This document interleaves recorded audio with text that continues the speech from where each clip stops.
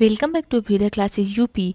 आज की इस वीडियो में हम चर्चा करने वाले हैं दूरस्थ शिक्षा यानी कि डिस्टेंस एजुकेशन पर।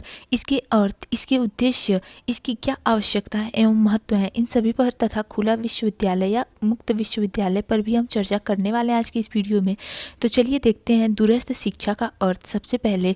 सो गाइज, आगे बढ़ने से पहले अगर आप चैनल पर नए हैं और अभी तक चैनल को सब्सक्राइब नहीं किया होगा तो प्लीज़ एक बार से चैनल को लाइक, शेयर एंड सब्सक्राइब अवश्य कर दीजिएगा। देखते हैं दूरस्थ शिक्षा का अर्थ। दूरस्थ शिक्षा के विकास के साथ साथ इसके अर्थ में भी परिवर्तन होता रहा है। आरंभ में सन 1950 से 1970 तक यह पत्राचार शिक्षा के रूप में भी जानी जाती थी। इसका नाम आप याद रखेंगे कि 1950 से 1970 तक आरंभ का जो सन था उसमें इसको पत्राचार शिक्षा के रूप में जाना जाता था। सन 1970 से 1990 तक मुक्त शिक्षा के रूप में, 1990 के बाद कंप्यूटर आधारित शिक्षा तथा वर्तमान में यह इंटरनेट वेब आधारित ऑनलाइन एजुकेशन का रूप लेती जा रही है।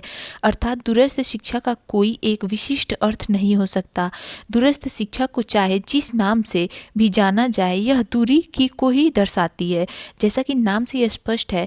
परंतु अगर इसे किसी नाम से भी बताया जाए, जैसे पत्राचार शिक्षा या वर्तमान में यह इंटरनेट वेब आधारित ऑनलाइन एजुकेशन हो गया है, किसी भी नाम से इसे दर्शाया जाए, लेकिन यह दूरी को ही क्या करती है, दर्शाती है। ठीक है, जैसे यह शिक्षक एवं शिक्षार्थी के बीच स्थान की दूरी, पाठ्य सामग्री भेजने व प्राप्त करने के बीच की दूरी तथा पाठ्य सामग्री के निर्माण व उसे भेजने में लगे समय की दूरी को भी क्या करती है, दर्शाती है। दूरस्थ शिक्षा का शाब्दिक अर्थ भी है दूर से शिक्षा। इसका शाब्दिक अर्थ ध्यान में रखेंगे, क्या है, दूर से शिक्षा। दूरस्थ शिक्षा औपचारिक, अनौपचारिक तथा औपचारिकेतर शिक्षा का सम्मिलित रूप है, जिसमें शिक्षक एवं शिक्षार्थी के बीच विचारों का आदान प्रदान पत्राचार, रेडियो, दूरसंचार तथा अन्य कई यंत्रों के माध्यम से किया जाता है। दूरस्थ शिक्षा के उद्देश्य पर अब चर्चा करते हैं कि दूरस्थ शिक्षा के क्या क्या उद्देश्य हैं। इसको पॉइंट में ही डिस्कस करेंगे। सबसे पहला पॉइंट इसमें है सभी के लिए शिक्षा के समान अवसर उपलब्ध कराना। दूसरा पॉइंट है भौगोलिक, सामाजिक, आर्थिक व लैंगिक दृष्टि से पिछड़े व वंचित वर्ग को गुणवत्तापूर्ण शिक्षा उपलब्ध कराना। दिव्यांगों के लिए विशिष्ट पाठ्यक्रमों का संचालन करना। कार्यरत शिक्षकों, वंचित युवकों तथा कामगार मजदूरों के लिए पाठ्यक्रम संचालित करना। शिक्षा पद्धति के क्षेत्र में लचीलापन लाना तथा शिक्षा का विस्तार करना। सातवां पॉइंट है शिक्षा को मितव्ययी बनाना तथा सीखने सिखाने की प्रक्रिया को जीवन पर्यंत ही जारी रखना।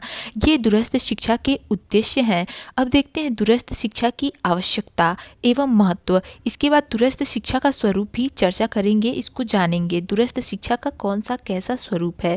सबसे पहले आवश्यकता एवं महत्व को देखते हैं, पॉइंट में ही इसको भी जानेंगे।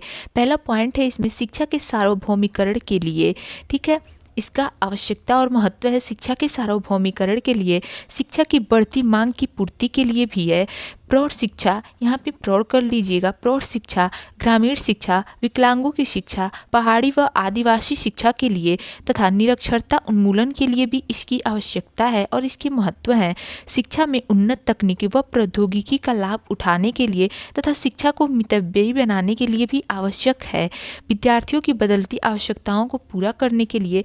और आखिरी पॉइंट है हमारा कार्यरत व्यक्तियों के लिए आदि। तो ये है दूरस्थ शिक्षा की आवश्यकता एवं महत्व। अब हम देखेंगे दूरस्थ शिक्षा का स्वरूप। विभिन्न देशों में चल रही दूरस्थ शिक्षा के निम्नलिखित रूप हैं। कौन कौन से हैं? पहला, शिक्षक प्रशिक्षण कार्यक्रम, सेवारत शिक्षक प्रशिक्षण कार्यक्रम, आकाशवाणी शैक्षिक कार्यक्रम तथा दूरदर्शन शैक्षिक कार्यक्रम, पत्राचार कार्यक्रम। और आखिरी है खुला या उन्मुक्त विद्यालय या विश्वविद्यालय। ये है दूरस्थ शिक्षा का स्वरूप। अब हम समझेंगे खुला या मुक्त विश्वविद्यालय।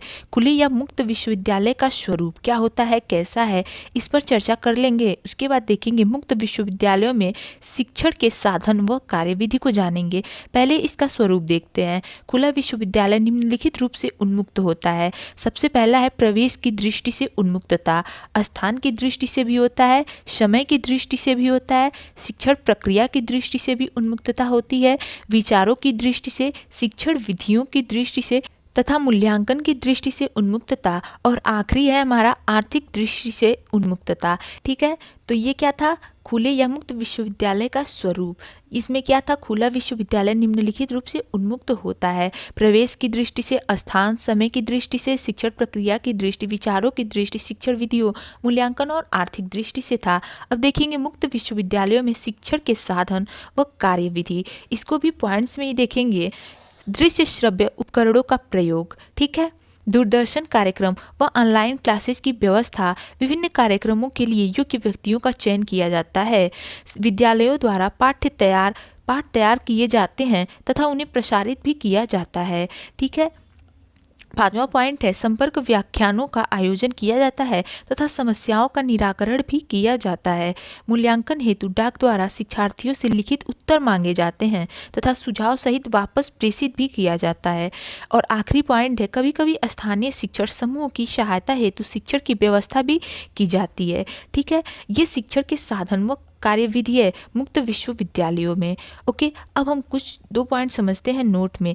ये इंपॉर्टेंट पॉइंट को आप नोट में लिख लीजिएगा। सबसे पहला क्या है, इंदिरा गांधी राष्ट्रीय मुक्त विश्वविद्यालय की स्थापना 1985 में हुई थी तथा उत्तर प्रदेश राजर्षि टंडन मुक्त विश्वविद्यालय की स्थापना कब हुई थी, 1998 में हुई थी। ये दोनों पॉइंट्स आप ध्यान में रखेंगे। ऑब्जेक्टिव टाइप क्वेश्चन में, MCQ में ऐसे क्वेश्चन बन सकते हैं, उसके लिए आप इसे नोट करके कहीं लिख लेंगे, ध्यान में रखेंगे। इंदिरा गांधी राष्ट्रीय मुक्त विश्वविद्यालय की स्थापना कब होती है, 1985 में होती है तथा उत्तर प्रदेश राजर्षि टंडन मुक्त विश्वविद्यालय की स्थापना 1998 में की गई थी। इन दोनों पॉइंट्स को आप ध्यान में रखेंगे। सो गाइज, आज के वीडियो में बस इतना ही। अगर आप चैनल पर नए हैं तो चैनल को जाते वक्त सब्सक्राइब एंड वीडियो पसंद आई हो तो लाइक एंड शेयर अवश्य कर दीजिएगा। Okay, thank you.